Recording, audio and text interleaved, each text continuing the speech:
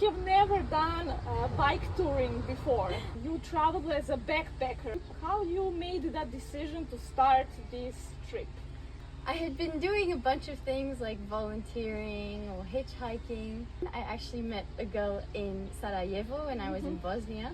She told me about her stories and she really convinced me that I should just strap my backpack to the back of a bike and go for it. Oh, can you introduce yourself? Where are you from? How old are you? What's your name? So, my name is Elizabeth. I'm 18 and I'm from Montreal, Quebec in Canada. Okay, so also tell me, you have never done bike touring before. No. And you traveled as a backpacker actually. How you made that decision to start this trip? So I had been doing a bunch of things like volunteering or hitchhiking, but I knew I really wanted to camp, and the way that I felt was best to do that was with a bike. But I didn't have that idea on my own. I actually met a girl in Sarajevo when I was in Bosnia, and she had biked from London to Belgrade, and so when she told me about that, we got to know each other. She told me about her stories, and she really convinced me that I should just strap my backpack to the back of a bike and go for it. Cool, Yeah. cool. Well, and yesterday it was your first day. You came from Belgrade here. How was your experience for the first day? So my first day was a little hectic. So at first in the morning I didn't have enough straps to tie the backpack, so I had to go buy those, and so I only got going at around 1:30 p.m.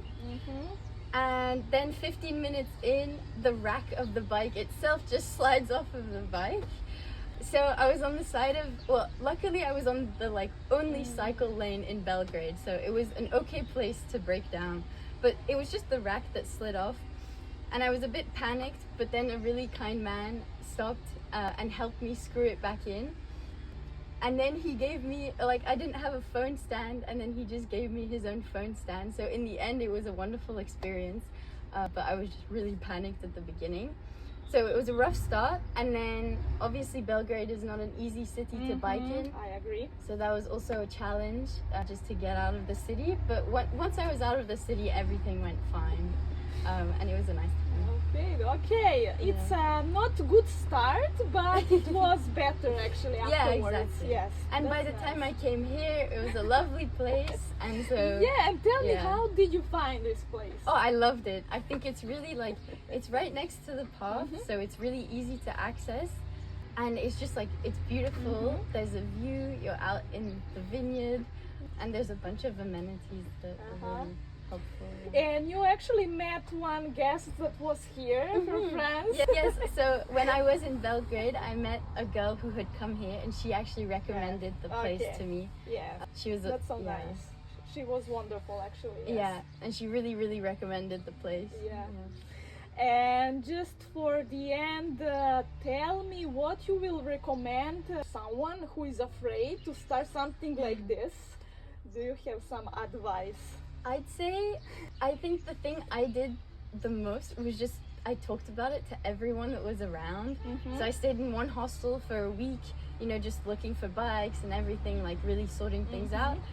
And just the whole time I was talking to everyone in the hostel about my project and about, so I was kind of collecting different ideas, getting advice, and I think just talking about it and trying to surround yourself a bit when you're really nervous to start something. With some people maybe who are support. To give you support. Exactly. Or maybe to be open also for new experiences. Yeah, exactly.